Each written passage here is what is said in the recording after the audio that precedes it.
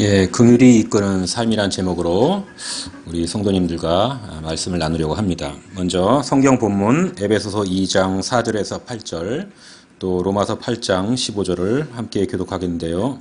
제가 먼저 읽도록 하겠습니다. 긍휼이 풍성하신 하나님이 우리를 사랑하신 그 큰 사랑을 인하여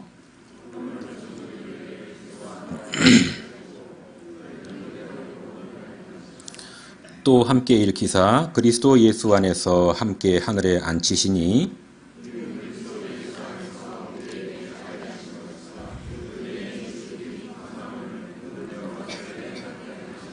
같이 읽겠습니다. 너희는 그 은혜에 의하여 믿음으로 말미암아 구원을 받았으니 이것은 너희에게서 난 것이 아니요 하나님의 선물이라.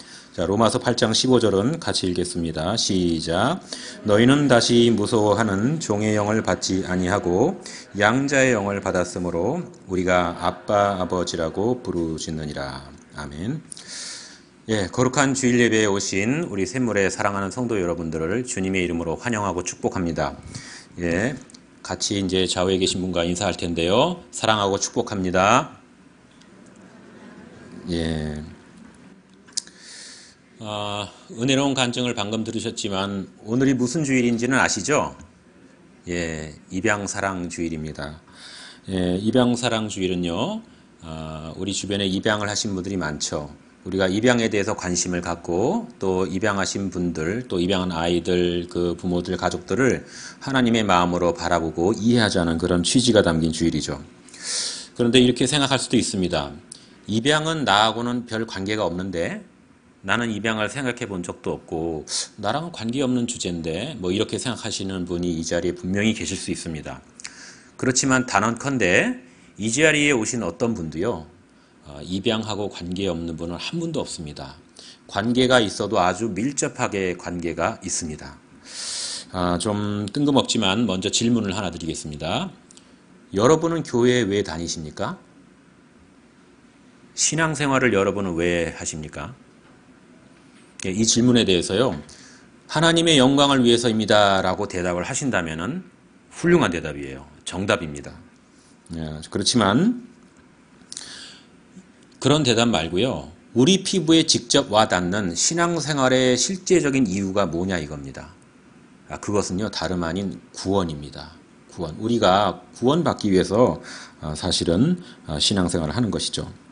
신앙생활에는 다양한 측면들이 있습니다. 여러 가지 측면들이 있지만 신앙생활의 핵심은 뭐니 해도 구원이라고 할 수가 있습니다.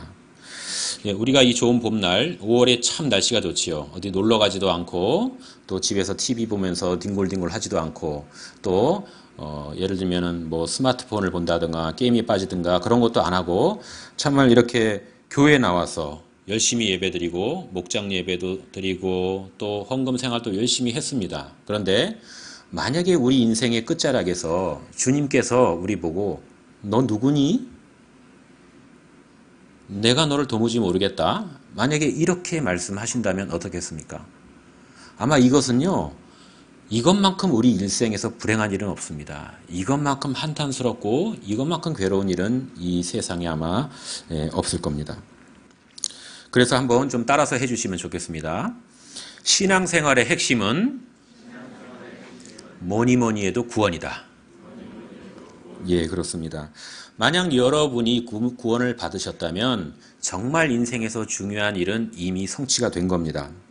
구원받았다면요, 인생에서 좀 부족하고 좀 안타깝다, 뭐 그런 일도 있을 수 있겠죠. 여러 가지 부족한 일들이 있지만 그렇다 할지라도 구원 받으셨다면 사실 그 나머지 일들은 그렇게 큰 일은 아닙니다.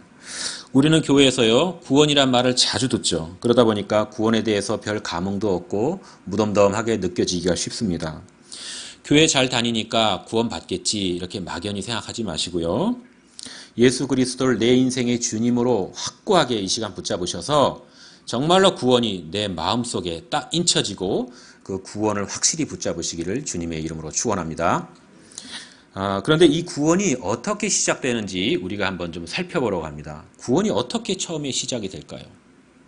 자, 오늘 말씀 읽어보신 말씀을 보시면요, 긍휼이 풍성하신 하나님이라는 말씀으로 시작이 됩니다. 자, 이것도 한번 좀 따라해 주실까요?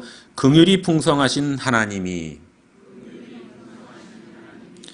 예, 그 바로 하나님이요. 우리를 긍휼히 여기시고 우리를 사랑하셔서 우리를 구원하셨고 우리를 거룩의 길 성화의 일로 걷게 하셨다는 겁니다. 그래서 우리가 읽지는 않았지만 10절에 보면은 우리로 하여금 선한 일, 착한 일을 행하게 하신다고 말씀을 합니다. 오늘 본문을 쭉 보시면요. 집에 가서 한번 또 읽어보시면 좋을 것 같아요. 정말 좋은 말씀들은 다 나옵니다. 예를 들면요. 사랑, 은혜, 그리스도, 믿음, 하늘, 구원. 그러니까 이 모든 좋은 말씀들이 다 나오는데 이 좋은 말씀들이 어디에서 시작이 된다고요? 긍휼입니다. 하나님의 긍휼에서 시작이 된다는 거죠. 긍휼을 간단히 설명하면요. 한마디로 말해서 사전적인 의미는요. 상대방을 불쌍히 여겨서 돌보아 준다는 그런 뜻이 있어요. 그런데 이런 뜻 가지고는 우리 하나님의 긍휼을 온전히 제대로 설명해 내기가 불가능합니다. 긍휼은 고통받는 자와 함께 하시는 하나님의 성품, 하나님의 속성이라고 설명을 할 수가 있습니다. 긍휼은 원어적으로 보면요. 어머니의 자궁이라는 뜻이 있어요. 그래서 이 긍휼은요. 자식을 불쌍히 여기는 어미의 마음이라는 뜻이 있습니다. 또 다른 뜻은요. 긍휼은 정말 내장이 끊어지는, 창자가 끊어지는 듯하다는 그런 뜻도 있는데요. 이것은 무슨 얘기냐면은 고통에 빠진 이웃을 창자가 끊어지는 듯한 아픔으로 그 고통에 같이 동참하고 불쌍히 여긴다. 그런 의미가 있는 것입니다. 이 긍휼히 여기는 마음에서 하나님의 구원의 역사, 천국의 역사가 시작되었고요. 우리 그리스도인을 저 천국까지 이끌고 간다는 얘기입니다. 얼마나 놀라운 얘기입니까? 그래서 한번 따라서 해주시면 좋겠습니다. 하나님의 긍휼은 구원을 낳는다. 하나님의 긍휼이 구원을 가져오는 거예요. 예, 이렇게 긍휼로부터 하나님의 구원이라는 대하 드라마는 시작이 됐고 또 진행이 됩니다. 그런데 혹시 평소에 이런 상상을 한번 해보신 적이 있나 모르겠습니다. 한번 상상을 해보시죠. 만약 하나님으로부터 이 긍휼이라는 속성, 긍휼이라는 성품을 빼버린다면 어떻게 될까요? 긍휼 없는 하나님을 상상해 보신 적이 있으신가요? 하나님의 기준은 엄격합니다. 왜냐하면요. 그는 거룩하시고 죄가 조금도 없으시기 때문에 그 기준이 당연히 엄격할 수밖에 없죠. 그렇다면 하나님께 만약에 긍휼의 성품이 없다면 우리가 하나님 나라 가기 위해서, 즉 구원받기 위해서 어떻게 해야 되죠? 우리는요.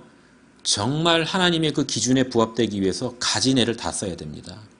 우리가 할 수 있는 모든 애를 다 쓰고요.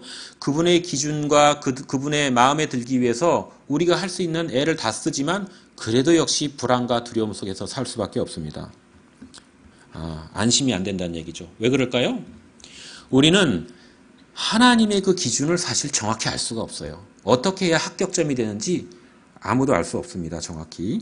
설령 안다고 해도 인간이 그 신의 절대적인 기준에 도달할 수 있는 사람은 이 지구상에 아무도 없습니다.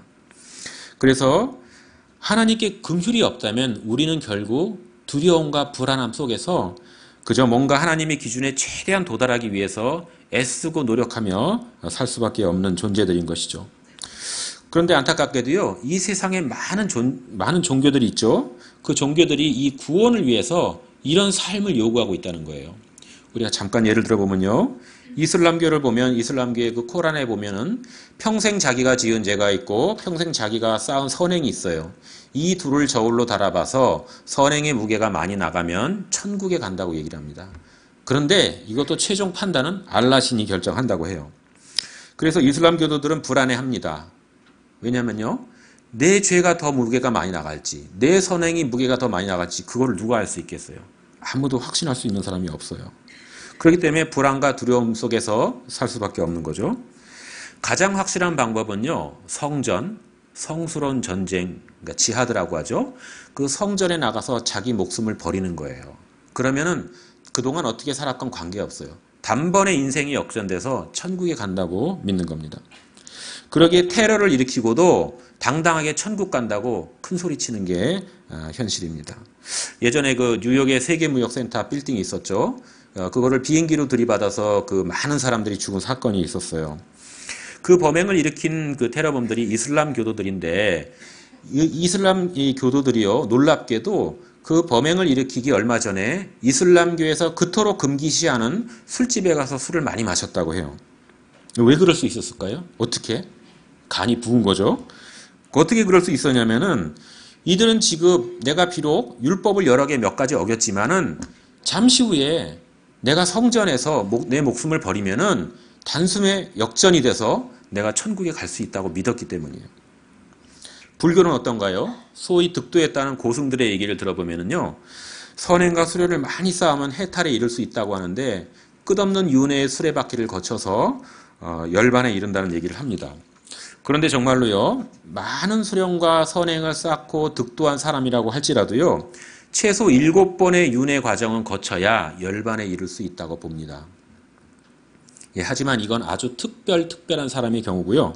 보통 일반 사람들은 셀 수 없이 많은 윤회의 과정을 거치고 한생의 과정을 거쳐야 열반에 이를까 말까라는 얘기를 합니다. 그러니까 이거는 결국은 무슨 얘기입니까?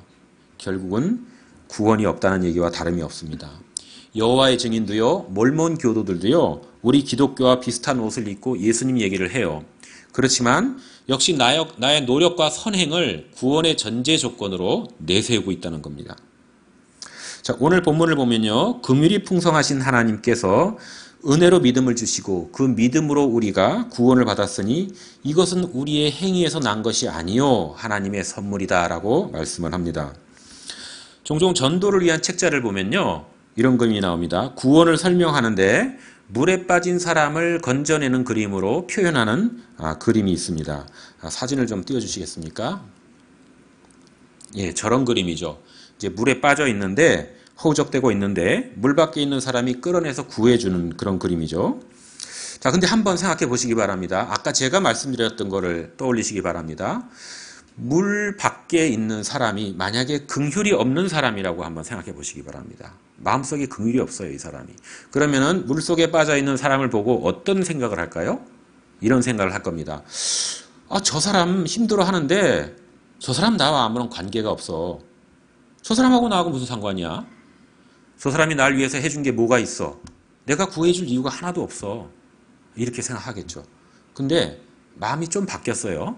그럼 이런 생각을 할 수 있어요. 그런데 혹시 저 물에 빠진 사람이 뭔가 나에게 기쁨을 주거나 나에게 뭔가 정말 어떤 좋은 선물을 준다면 내가 구해줄 마음이 생길지도 몰라 이러면서 물에 빠진 사람한테 이렇게 얘기하는 겁니다. 자, 노래 한번 해봐. 그러면 내가 그 노래가 나를 감동시키면 내가 구원해 줄게. 아니면요, 또 물에 빠진 사람한테 이러는 거죠. 자, 나한테 인사 한번 제대로 해봐. 그 인사가 나를 감동시키면 내가 구해줄지도 몰라. 자, 만약에 이런 주문을 했다고 하면 이게 말이 되는 얘기입니까? 말이 안 되는 얘기죠. 그죠? 그럼 말이 되는 정상적인 얘기는 뭘까요? 일단 구해주는 거예요. 건져주는 거예요. 일단 생명부터 살려놓는 겁니다. 그리고 나서 인사를 받던 감사를 받던 그거는 그 다음에 하는 일입니다. 이게 정상인 거죠. 그런데도요, 좀 전에 말씀드렸다시피 이 세상의 수많은 종교들은요, 이렇게 말도 안 되는 행위를 구원의 전제 조건으로 내세우고 있는 거예요. 너희들이 신의 그 기준에 충족을 시켜, 너희들의 신의 기준에 도달해, 그러면 구원해 줄게. 이렇게 얘기를 하고 있는 것이죠. 그러나 오직 기독교만이 우리가 읽은 그 4절에서 이렇게 말씀합니다. 긍휼이 풍성하신 하나님이 우리를 사랑하신 그 큰 사랑을 인하여 우리를 구원하셨다고 말이죠. 하나님께서는요, 이렇게 말씀하시는 거예요. 내가 비록 죄에 빠져 있고 어떤 실패 가운데 있다 했을지라도 상관없어. 너를 향한 나의 긍휼 때문에 너를 그냥 둘 수가 없어. 너가 나의 이 마음과 이 계획을 믿어주고 받아주기만 한다면 내 독생자 예수를 희생시켜서라도 너를 구원하고 말 거야. 이렇게 말씀하시는 거예요. 하나님께서 이렇게 말씀하시는데 더 이상 무슨 긴 설명이 필요합니까? 더 이상 긴 설명이 필요 없습니다. 이와 같이 기독교는 하나님의 긍휼로 구원이란 것이 다 설명이 되고 납득이 됩니다. 기억나시나요? 제가 서두에 여기 계신 모든 분들은 입양에 대해서 관심이 있건 없건 입양과 깊은 관련이 있다고 말씀을 드렸죠.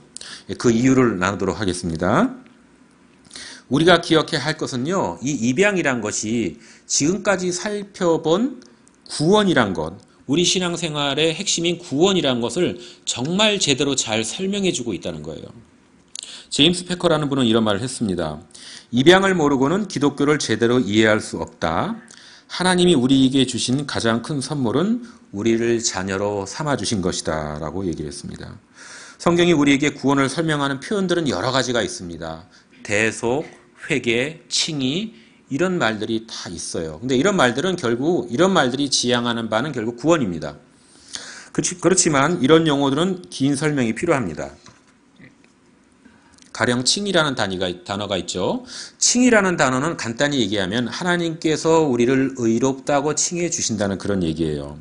그런데 이 용어를 가지고 구원에 대해서 설명하려면은 이런저런 얘기들이 또 많이 붙어야지 설명이 가능해요. 회개나 대속도 역시 마찬가지입니다. 예, 그렇지만 양자 삼음, 입양이란 말은 어떤가요? 양자, 입양이란 말을 딱 들었을 때는 그런 설명이 필요 없어요. 아, 구원이 이런 거구나 라고 구원에 대해서 직관적으로 이해할 수 있게 해준다는 거예요. 그래서 이것도 한번 따라해 주시면 좋을 것 같습니다. 구원은 입양이다. 예, 구원은 입양이에요. 간단하게. 그러면 복잡하지가 않습니다. 그래서 로마서 8장 15절에서는 너희는 다시 무서워하는 종의 영을 받지 아니하고 양자의 영을 받았으므로 우리가 아빠 아버지라고 부르짖느니라 라고 말씀을 합니다. 예, 우리가 구원에 대해 생각할 때 양자 삼는 것, 즉 입양을 생각하면요. 구원이 어떤 개념인지 긴 설명 없이 우리 머릿속에 딱 잡힙니다. 복잡하지가 않습니다. 하나님께서는 독생자인 예수님이 이미 계시지만은 우리를 양자로서 받아들이셨다는 것이죠. 그래서 예수님이 평소에 그렇게 부르셨듯이 우리도 하나님을 아빠 아버지라고 그렇게 부른다는 얘기입니다. 사실 예수님이 오시기 전에 그 이전 사람들은요, 하나님을 감히 아빠 아버지라고 부르는 경우가 극히 드물었어요. 함부로 입에 올리지도 못하는 이름이었어요. 그런데 예수님이 오시고 나서 아빠 아버지라고 부르셨고 사랑하는 제자들에게 너희들도 이렇게 하나님을 아빠 아버지라고 불러라라고 기도를 가르쳐 주신 거예요. 자, 하나님의 구원을 통해 우리가 얻게 되는 지위가 있습니다. 성경에서는요, 이것을 여러 가지로 얘기해요. 하나님의 종이다, 하나님의 백성이다, 하나님의 친구다, 하나님의 신부, 하나님의 자녀, 이런 식으로 다 얘기를 합니다. 근데 이런 하나님과 우리의 관계를 나타내는 이런 말들이요, 구원받은 성도의 우리의 지위를, 우리의 상태, 신분을 나타내 주는 말입니다. 그런데 각 표현들이 느끼는 그런 의미와 분위기는 아주 다릅니다. 종을 한번 볼까요? 종은 상전을 두려워하게 되죠. 종과 주인의 관계는요, 명령과 복종의 관계예요. 그러니까 요즘 흔히 하는 말로 갑과 을의 관계입니다. 백성은 어떤가요? 종보다는 하나님과 좀 가까워 보이나요? 가까워 보이는 것 같긴 하지만 사실 가깝지 않아요. 임금님과 일반 백성의 관계는 상당한 거리감이 있습니다. 그러면 친구는 어떤가요? 친구가 만약에 절친이라면은 정말 친밀하고 가까운 관계죠. 그러나 만약에 둘 사이에 어떤 일이 생겨서 서로 절교하고 헤어지면 그걸로 끝인 관계입니다. 신부는 어떻습니까? 신부는 하나님과 우리를 부부 사이로 나타내요. 그렇다면 이것은 대단히 친밀하고 아주 가까운 그런 관계라고 할 수가 있습니다. 그러나 안타까운 일은요, 만약에 둘 사이에 어떤 연유로 헤어지는 일이 생기게 되면은 부부관계도 결국은 남남이 되는 그런 관계입니다. 그러나 자녀와 부모의 관계는요, 그런 관계가 아니에요. 자녀와 부모의 관계는 정말로 친밀하고 따뜻한 사랑이 넘치는 관계고요. 끊을래야 끊을 수가 없는 그런 관계입니다. 설령 부모와 자식 사이에 뭔가 어떤 일이 있어서 서로가 싫어지고 미워진다고 해도요, 이 둘의 관계는 끊을래야 끊을 수가 없어요. 천륜이기 때문에 그런 거죠. 사랑하는 샘물의 성도 여러분, 우리가 하도 자주 들어서 우리 귀에 정말 우리 머리에 익숙해지고 무덤덤한 생각은 잠깐 좀 빼놓고요. 한번 여러분께서 냉정하게 생각을 한번 해보시기 바랍니다. 자, 온 우주와 만물을 창조하신 하나님께서 우리를 종으로 불러주셔도 사실은 우리는 감격 그 자체입니다. 그런데 그 정도가 아니고요. 그분의 독생자 예수님과 같이 우리를 아들로 삼으셨다는 것이 도대체 어떤 의미고 이것이 얼마나 어마어마한 우주적인 사건인지 여러분은 감이 잡히십니까? 이것은 도저히 사람의 머리와 사람의 언어로는 생각할 수도 없는 우주적인 놀라운 사건입니다. 그렇기 때문에 로마서 8장 15절에서는요. 아빠 아버지라고 부르는 정도가 아니고 감격에 겨워서 아빠 아버지라고 부르짖느니라라고 표현을 하고 있는 겁니다. 당시 바울 사도가 살던 그리스 로마 문화권을 보면요. 양자에 대한 거는 이런 개념이 있습니다. 양자란 그를 입양한 아버지가 자신의 이름을 영원히 후손에 두기 위해서 또 자기의 유산을 물려주기 위해서 의도적으로 선택한 아들이었어요. 그렇기 때문에 그는 친아들보다 조금도 열등하지가 않았습니다. 당시 로마법을 보면요. 양자나 친자는 법적인 권리에 있어서 동등했어요. 하등의 차별이 없었어요. 그러므로 바울이 하나님의 양자라고 표현하는 그리스도인의 이 위상은 우리가 하나님의 자녀가 되는 데 있어서 우리의 하나님의 자녀됨에 있어서 우리가 조금 더 열등하지 않다는 것을 나타내주는 표현이에요. 당시 로마에서는요. 노예를 양자로 삼는 일이 종종 있었어요. 그런데 어떤 사람이 양자가 되는 순간 그 일은 자기 개인만의 일이 아니고요. 이것은 그 가문의 중요한 일이었습니다. 따라서 양자가 된 사람은 과거에 어떻게 살았건 그 사람이 과거에 노예였건 그게 중요한 게 아니에요. 이제부터는 그 가문의 명예에 합당하게 그 가문의 위상에 합당하게 이제는 책임 있는 삶, 명예로운 삶을 살아갈 그런 책임이 뒤따른다는 얘기입니다. 바울은 이 개념을 가지고 그리스도인의 구원과 성화를 설명하고 있는 거예요. 하나님이 우리를 구원하시는 것은 우리의 성품과 행위가 훌륭해서 구원하신 게 아니죠. 그렇죠? 우리가 무슨 대단한 업적을 쌓아서 하나님이 구원하신 게 아닙니다. 비록 우리가 비참한 죄의 노예 상태였지만 하나님의 긍휼 때문에 우리를 은혜로 구원하셔서 양자를 삼으셨고요. 그 후부터는 하나님의 가문에 누가 되지 않는 그런 인생을 살라고 책임 있는 삶, 명예로운 삶을 살라고 우리로 하여금 거룩의 길, 성화의 길을 걷게 하신다는 얘기입니다. 로마의 양자 제도를 보면 재미있는 것이 있습니다. 잘 들어주시기 바랍니다. 자, 아버지가 친자식에게는 상속을 거절할 수가 있어요. 예를 들면 아버지가 딱 자식을 보니까 싹수가 없어요. 얘한테 재산 물려줬다가는 우리 가문이 멸망할 것 같아. 그럴 때는 안 물려줄 수 있어요. 그런데 양자에게는 반드시 물려줘야 돼요. 이것은요, 극단적으로 얘기하면은 무슨 얘기냐면요. 친자식은 버릴 수 있지만 양자는 못 버린다는 얘기예요. 이상하죠? 왜 그럴까요? 자, 친자식은요, 부부가 살다 보면은 계획하지 않아도 나올 수 있어요. 이해되세요? 부부가 계획하지 않았지만 서로 살다 보면은 부부 관계를 통해서 친자는 낳을 수가 있다는 얘기입니다. 그렇지만요, 양자는 그렇지가 않아요. 양자는 부부가 오랜 시간 철저히 고민하고 심사숙고하고 철저히 서로 깊은 의견과 계획을 통해서 갖는 게 바로 양자입니다. 그렇기 때문에 친자식보다는 양자가 훨씬 부부의 뜻과 의지가 철저하게 반영되어 있는 자식이라는 얘기입니다. 사도 바울은 이런 개념들을 가지고 우리의 구원을 하나님이 양자 삼으신 것이라고 설명하고 있는 거예요. 하나님이 우리를 양자 삼으신 것은요, 하나님이 어느 날 정원을 거닐다가 갑자기 기분이 좋아지셨어요. 그래서 옛다 선심 쓴다 하면서 우리를 양자 삼아야지 하고 하신 게 아니란 얘기예요. 하나님께서 우리를 양자 삼으신 것은요, 하나님의 완전하신 뜻과 의지가 철저히 계획되어 있고 반영되어 있다는 그런 얘기입니다. 우리가 하나님께 우리가 도대체 뭐라고 이토록 소중하고 중요한 존재라는 것이 얼마나 감격스러운 일입니까? 우리는 양자하신 분이 취소돼서 다시 옛날로 돌아갈 수 없어요. 우리에게 주시기로 한 천국이 취소될 수 없다는 얘기예요. 얼마나 놀라운 일이고 얼마나 감사한 일입니까? 이렇게 어마어마한 사건이 이 우주에 어디 또 있겠습니까? 이거보다 더 놀라운 사건이 있다면 한번 여러분이 말씀을 해보세요. 자, 긍휼이 풍성하신 하나님이 우리를 불쌍히 여기셔서 우리를 양자로 입양하신 것처럼요, 이 땅에서 입양이 시작되는 가슴 아픈 장면을 잠깐 동영상을 보도록 하겠습니다. 동영상을 좀 띄워주시죠.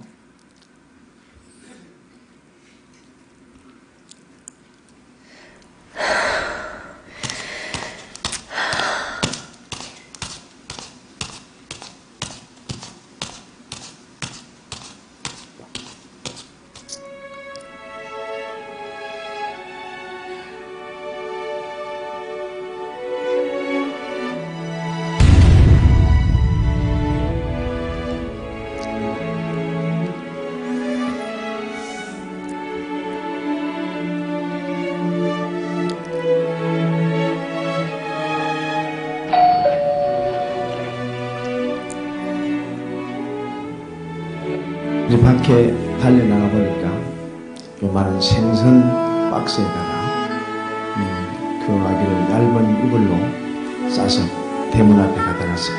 저 채워놓은 아이를 안고 들어오는데 고양이가 하나 지나갔어요. 박스가 생선 박스란 말이 냄새가 많이 났었어요. 아, 이 아이들이 채찍 잘못하면 생명을 위험하구나. 이 아이들을 안전하게 보호할 수 있는 그런 장소를 만들어야 되겠다.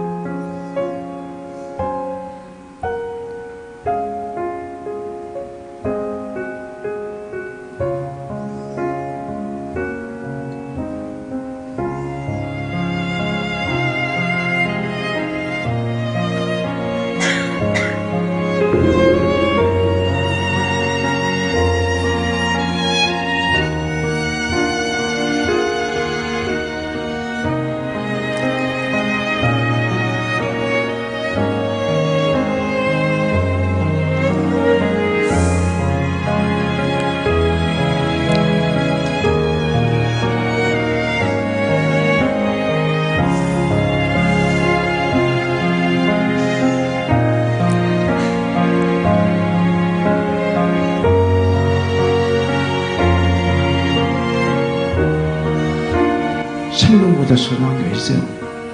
생명이 임금보다 중요하고 생명보다 중요한 건 이 세상에 없습니다. 예, 저는 여러 번 봤는데도요, 볼 때마다 사실 눈물이 납니다. 이 짧은 동영상 하나가요, 입양에 대한 모든 것을 말해줄 수는 없어요. 그렇죠? 그렇지만 가장 중요한 것은요, 생명이 그 무엇보다 소중하다는 것이 하나님의 뜻이라는 겁니다. 자, 사진을 한 장 좀 보시겠습니다. 사진을 좀 띄워주시죠. 예, 사진 속의 아이는요, 저희 집 넷째인데요. 이름은 아영이라고 합니다. 지금 5살이고요. 물론 저희 집에는 아이가 셋이 이미 있어요. 큰아이는 23이고 나이 차이가 많이 나지만은 아영이를 작년 8월부터 입양하기 위해서 위탁으로 키우고 있습니다. 혹시 복도에서 뛰어다니는 모습을 보면요, 예, 반갑게 손을 좀 흔들어 주시면 감사하겠습니다. 예. 제가 아영이를 만난 것은 작년 1월쯤이었어요. 2018년 1월이요. 아영이가 4살 때였죠. 여러분도 아시는 분들이 많겠지만 우리 샘물교회에서는 매달 넷째 주 토요일 날 한사랑 장애영화원이라는 곳으로 가서 봉사를 하고 있습니다.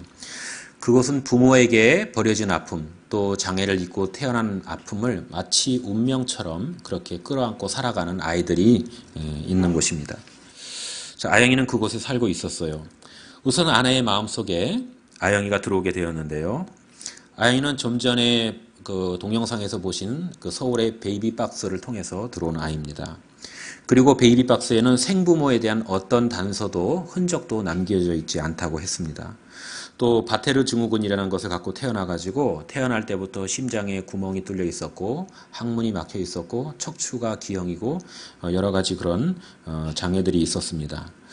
아영이를 지속적으로 만나면서요, 하나님은 우선 아내에게 아영이를 자식으로 품을 수 있는 마음을 주셨어요. 저 역시도 함께 영화원을 다니면서 무언가 제 마음속에 점점 차 올라오는 것이 있었어요. 그것이 무엇일까 가만히 생각해 보니 긍휼이란 단어 말고는 달리 설명할 길이 없었습니다. 아영이가 지내는 방은 한 방에 8에서 9명 정도의 아이들이 함께 지냅니다. 지적장애든 신체장애든 복합장애든 다 장애가 있는 아이들이에요. 아이들은 3교대로 근무하는 여자 도우미 선생님들을 엄마라고 부르면서 그곳에서 지냅니다. 물론 아빠는 없죠. 그 아이들에게는 그곳이 가정이고 집입니다. 물론 돌보미 선생님들이 열심히 자기의 역할들을 잘 하고 계시지만은 그 아이들을 가만히 보고 있노라면은 감정 절제를 잘 하지 않으면은 이 긍휼이 올라오는 것을 어떻게 할 수가 없어요. 솔직히 아영이를 딱 처음에 보았을 때 불쌍했습니다. 너무너무 불쌍했어요. 가슴이 아팠어요. 세상에 장애를 입고 태어나서 엄마 아빠도 모른 채 영화원을 자기 집으로 알고 또 종종 놀아주는 아내와 저를 이모와 삼촌이라고 부르면서 해맑게 웃고 좋아하는 그런 모습을 보면요. 코끝이 찡했고요. 가슴속에 정말 슬픔과 긍휼이 밀려왔습니다. 아영이가 저희 집에 오기까지는 대략 한 7개월 정도가 걸렸습니다. 작년 8월에 드디어 가정체험의 형식으로 이제 위탁이 시작되었고 오늘에 이르렀어요. 아영이가 저희 집에 오고 나서 얼마 안 있다가 저에게 저의 얼굴을 보면서 이런 얘기를 했습니다. 이런 질문을 했습니다. 아영이 아빠 맞지요? 우리 아빠 맞지요? 그렇게 물어보더군요. 저는 질문인지 아니면은 뭐 확인하는 것인지 정말 아리송한 그 말을 들으면서 마음이 다시 저려왔어요. 그래서 맞아, 아영이 아빠 맞아, 아이에게 이렇게 대답해 주고요. 그리고 제 마음속에 깊은 곳에는요. 그래 가엾은 아영아, 이제 내가 너의 아빠가 돼줄게. 아니 이제 내가 너의 아빠야. 이런 마음이 들면서 다시금 또 코끝이 찡해왔습니다.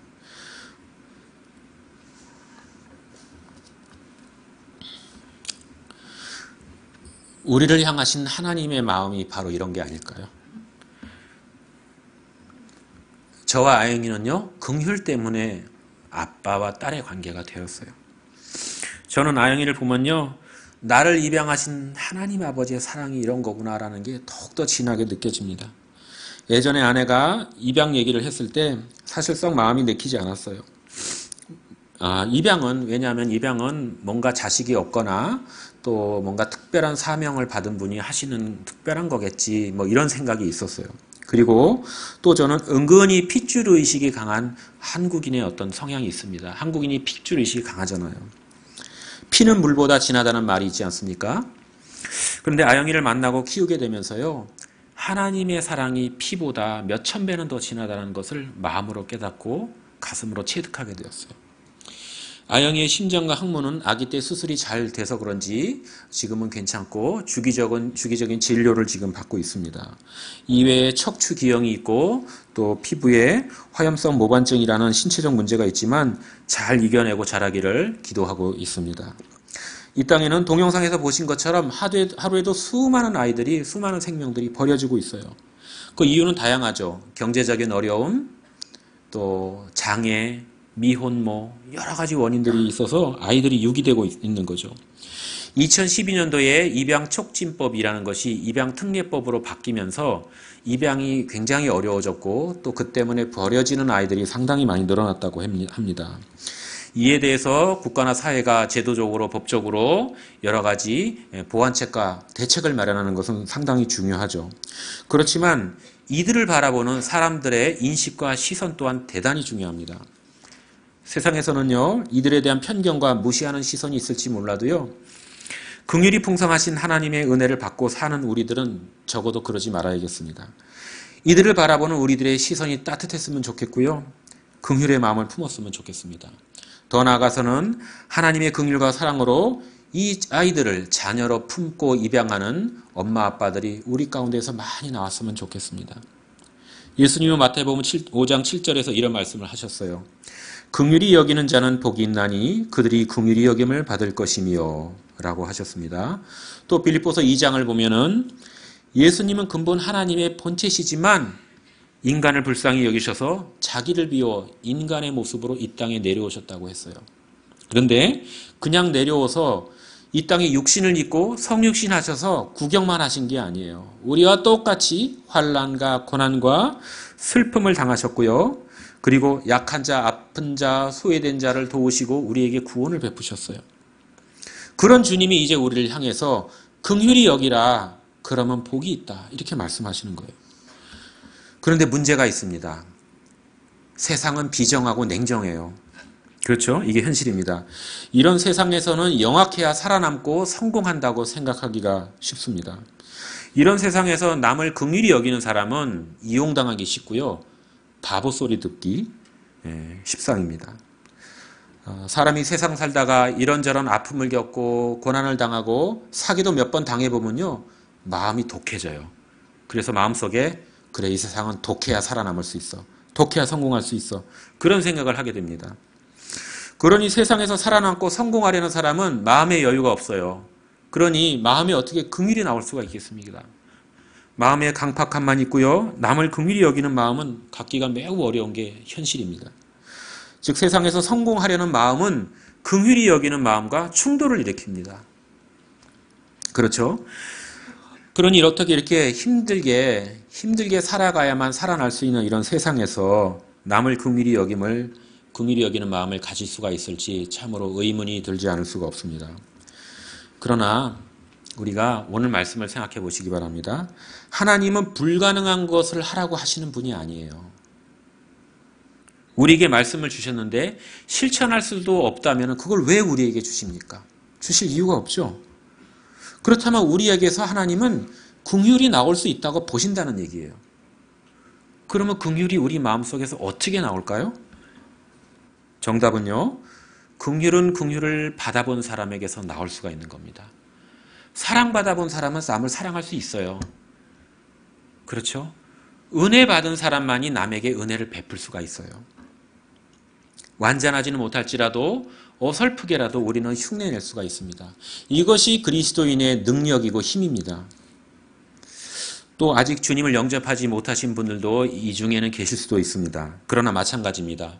나는 구원 안 받았으니까 상관없다고요? 아닙니다.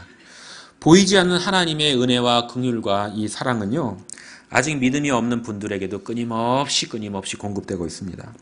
본인이 느끼든 느끼지 않든 그게 중요한 게 아니에요. 우리의 가정을 통해서, 돕는 손길들을 통해서, 이웃들을 통해서, 또 자연 만물들을 통해서 하나님께서 우리는 지금도 이 땅에서 살아갈 수 있도록 우리를 돕고 지키시고 살리시는 은혜를 계속해서 부어주시는 거예요.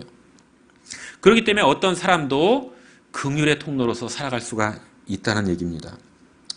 우리에게는 많은 역경과 어려움이 있었지만요, 그래도 이 자리까지 바꿈지 않고 이 자리까지 살아올 수 있었던 것은요, 여러분이 느끼든 느끼지 못하든 인식하든 인식하지 못하든 간에 긍휼이 풍성하신 하나님의 은혜 덕분이 아니고 무엇이겠습니까? 이 사실을 인정하신다면 아멘으로 화답하시면 좋겠습니다. 인정하십니까? 예. 미처 대답하지 못하신 분은 마음속에서 대답하신 줄로 믿습니다. 자, 여러분이 이렇게 지금까지 하나님의 긍휼 가운데에서 인생길을 걸어오셨다면 여러분은 앞으로 얼마든지 긍휼의 통로로 사실 수가 있다는 얘기입니다. 그렇다면 긍휼히 여기는 자는 왜 복이 있을까요? 주님께서 복이 있다고 하셨는데 따라서 해주시면 좋겠습니다. 긍휼의 마음은 하나님의 마음이기 때문입니다. 예. 하나님의 마음을 품은 사람은요, 그 영혼이 살아나고 건강해져요. 그 마음에 하늘의 평강과 기쁨이 행복이 넘치게 되고요, 하나님께서 그 마음을 지켜주십니다. 아무리 돈이 많고 세상에서 잘 나가면 뭐합니까? 그 마음속에 어둠이 있고 괴로움이 있다면 그 마음이 바로 지옥이지요. 그러나 긍휼의 마음을 품게 되면 비록 환경과 상황이 나를 뒷받침해주지 않고 좋지 않다 할지라도요, 하나님이 그 마음을 평강 가운데 지켜주십니다. 그러니 그게 복이지요. 또 긍휼히 여기면 왜 복이 있을까요? 또 이유가 있습니다. 이것도 좀 따라해 주시면 좋겠습니다. 긍휼히 여기는 자는 긍휼히 여김을 받습니다. 그래요. 긍휼히 여기는 자는 긍휼히 여김을 받아요. 그리스도인은 하나님의 긍휼로 제사함과 구원을 얻은 자예요. 구원 후의 삶도 마찬가지입니다. 하나님의 긍휼이 없다면 우리가 지금 이 시간에 여기 앉아 있을 수가 없어요. 누가복음 6장 38절을 보면요, 이런 말씀이 나옵니다. 주라 그리하면 너희에게 줄 것이니 곧 후이되어 누르고 흔들어 넘치도록 하여 너희에게 안겨주리라고 말씀합니다. 성경의 원리는 똑같습니다. 주라는 거예요. 용서를 주고 사랑을 주고 긍휼을 주고 은혜를 주라는 거예요. 그렇게 줄 때 하나님께서 후히 주셔서 누르고 흔들어 넘치도록 우리에게 풍성하게 다시 안겨주신다고 약속을 해주신다는 겁니다. 그리스도인의 삶의 패턴은 주는 삶입니다.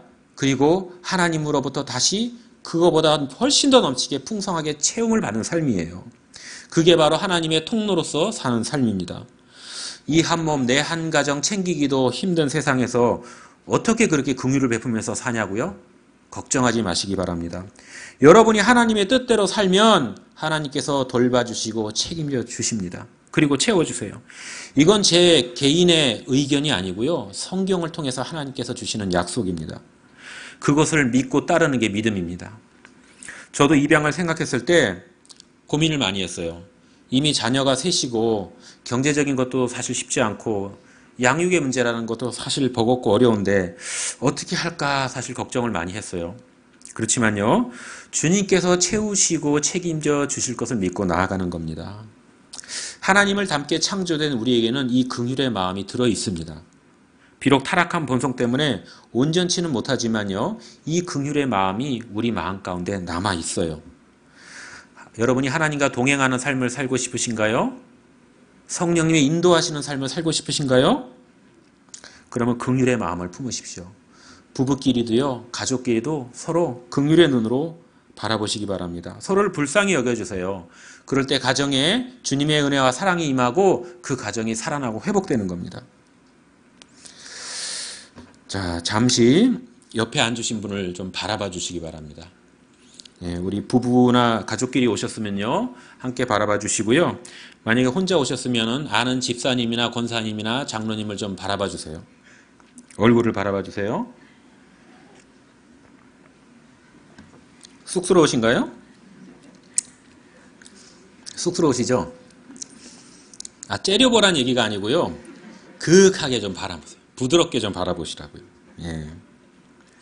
혹시 상대편의 얼굴에서 상대편의 얼굴이 불쌍해 보이지 않으세요? 한없이 불쌍하고 측은해 보이지 않으세요? 인생이 뭔지 이러면서요. 참 이 힘든 세상에서 먹고 살기 참 힘든데 어떻게든 가족과 살아보려고 아침부터 밤까지 이렇게 뛰고 고생하는 그 모습이 불쌍하지 않냐고요. 자, 여러분의 상대방의 얼굴에 불쌍이라는 모습이 보이시지 않나 모르겠습니다. 다른 불쌍 말고요. 예, 불쌍. 예. 그래요. 우리는요, 사실 겉으로 보면 멀쩡해 보여요. 그러나 한꺼풀 벗겨보면요, 우리는 다 모두 불쌍한 사람들이에요. 우리는 삶에 찌들어 있고 인생의 고난에 찌들어 있고 여러 가지 어려움들에 찌들어 있어요. 우리는 불쌍한 사람들이에요. 그래서 우리가 서로를 바라볼 때 강팍하게 보지 마시기 바랍니다. 차갑고 냉정한 눈으로 보지 마시고요, 따뜻하게 봐주시고 긍휼의 눈으로 봐주셨으면 좋겠어요. 그게 바로 하나님의 마음입니다. 그게 바로 하나님과 동행하는 거예요. 좌우에 계신 분들과 이렇게 한번 인사를 나누시면 좋겠습니다. 저와 당신의 가슴 속에 긍휼이 넘치길 바랍니다. 예, 그런 삶을 사시기를 축복합니다. 자, 세상을 바라보고 사람들을 바라볼 때도요, 불쌍히 여겨보세요. 비록 죄와 허물이 많은 사람들과 세상이지만요, 불쌍히 여길 때 이 세상에도 진정한 평화와 행복이 임하게 됩니다. 특별히 이 땅에 버려지는 수많은 아이들을 바라보면서 정말 그 아이들을 주님의 긍휼의 마음으로 바라보고 대해주시기를 바랍니다. 위탁이나 입양을 하실 수 있는 분들은 하시기 바랍니다. 주께서 도우실 것입니다. 또 그런 여건이 안 되는 분들도요, 나와 상관없는 일이다 생각하지 마시고요, 그런 아이들을 바라볼 때, 그런 입양 가정들을 바라볼 때 주님의 마음과 주님의 사랑으로 대해주세요. 우리 샘물교회는 이미 어린아이를 입양해서 키우고 있는 분들이 많아요. 그분들도 똑같이 그 마음속에 주님의 긍휼 때문에 그 아이들을 거두었고 자식으로 삼았고 지금까지 키우고 있는 겁니다. 그분과 또 아이들을 위해서도 기도를 해주시면 좋겠습니다. 말씀을 마무리합니다. 버클리라는 분은 이런 말을 했어요. 긍휼히 여기는 것은 하나님과 우리를 연합시키고 긍휼히 여기지 않는 것은 하나님과 우리를 갈라놓는다. 이런 말을 했습니다. 무슨 얘기냐면요, 긍휼히 여기면 하나님과 내가 하나가 된다는 거예요. 여러분, 하나님과 하나가 되고 싶으신가요? 예, 정답은 여기 나와 있습니다. 여러분 가슴속에 누군가를 불쌍히 여기는 마음이 조금이라도 흐르고 있다면요, 그게 바로 하나님과 동행의 시작입니다. 그 마음을 외면하지 마시기 바랍니다. 그 마음을 놓치지 마세요. 긍휼이 올라올 때 부담돼 꾹꾹 누르지 마세요. 그 마음을 붙잡아 주세요. 더 나아가서는 긍휼의 마음이 내 안에 개울처럼 강물처럼 그렇게 흐르게 해달라고 하나님께 간구하시기 바랍니다. 그리고 그 긍휼의 마음에 내 자신을 그냥 맡겨보세요. 이것저것 걱정하지 마시고 그냥 맡겨보세요. 그렇게 될 때 하나님과 동행하려는 특별한 노력이 없다 할지라도 자동으로 주님과 동행하는 삶이 이루어지게 되는 겁니다. 사랑하는 샘물의 모든 성도님들이 이 긍휼의 강줄기를 타고 하나님과 동행하시기를 주님의 이름으로 축원합니다. 자, 이제 일어나셔서 헌신 찬양 하시겠습니다. 우리 함께 기도해. 하나님 아버지, 하나님의 긍휼 때문에 우리를 하나님의 입양된 자녀로 부르심을 감사드립니다.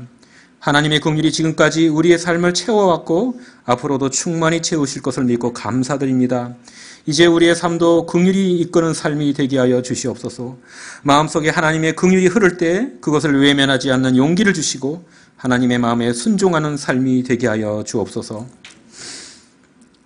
하나님의 은혜에 감사하며 베풀어 주신 물질의 주인이 하나님이신 것을 믿음으로 고백하는 손길들을 기억하여 주시고 만물의 주인이신 하나님께서 주신 것을 하나님께 다시 돌려드렸사오니 하나님의 기쁘신 뜻을 위하여 이 물질을 사용하여 주시옵소서. 지금은 우리 주 예수 그리스도의 은혜와 하나님의 무한하신 사랑과 성령님의 감화 교통하시는 은혜가 하나님의 긍휼을 입은 자로서 하나님의 긍휼의 마음을 가슴에 품고 삶의 자리로 나아가는 샘물의 모든 가족들 위해 또 입양 가족들 위해 해외에서 주님의 긍휼을 전하는 선교사님과 돕는 모든 손길들 위해 지금부터 영원토록 함께 하옵시기를 간절히 축원하옵나이다.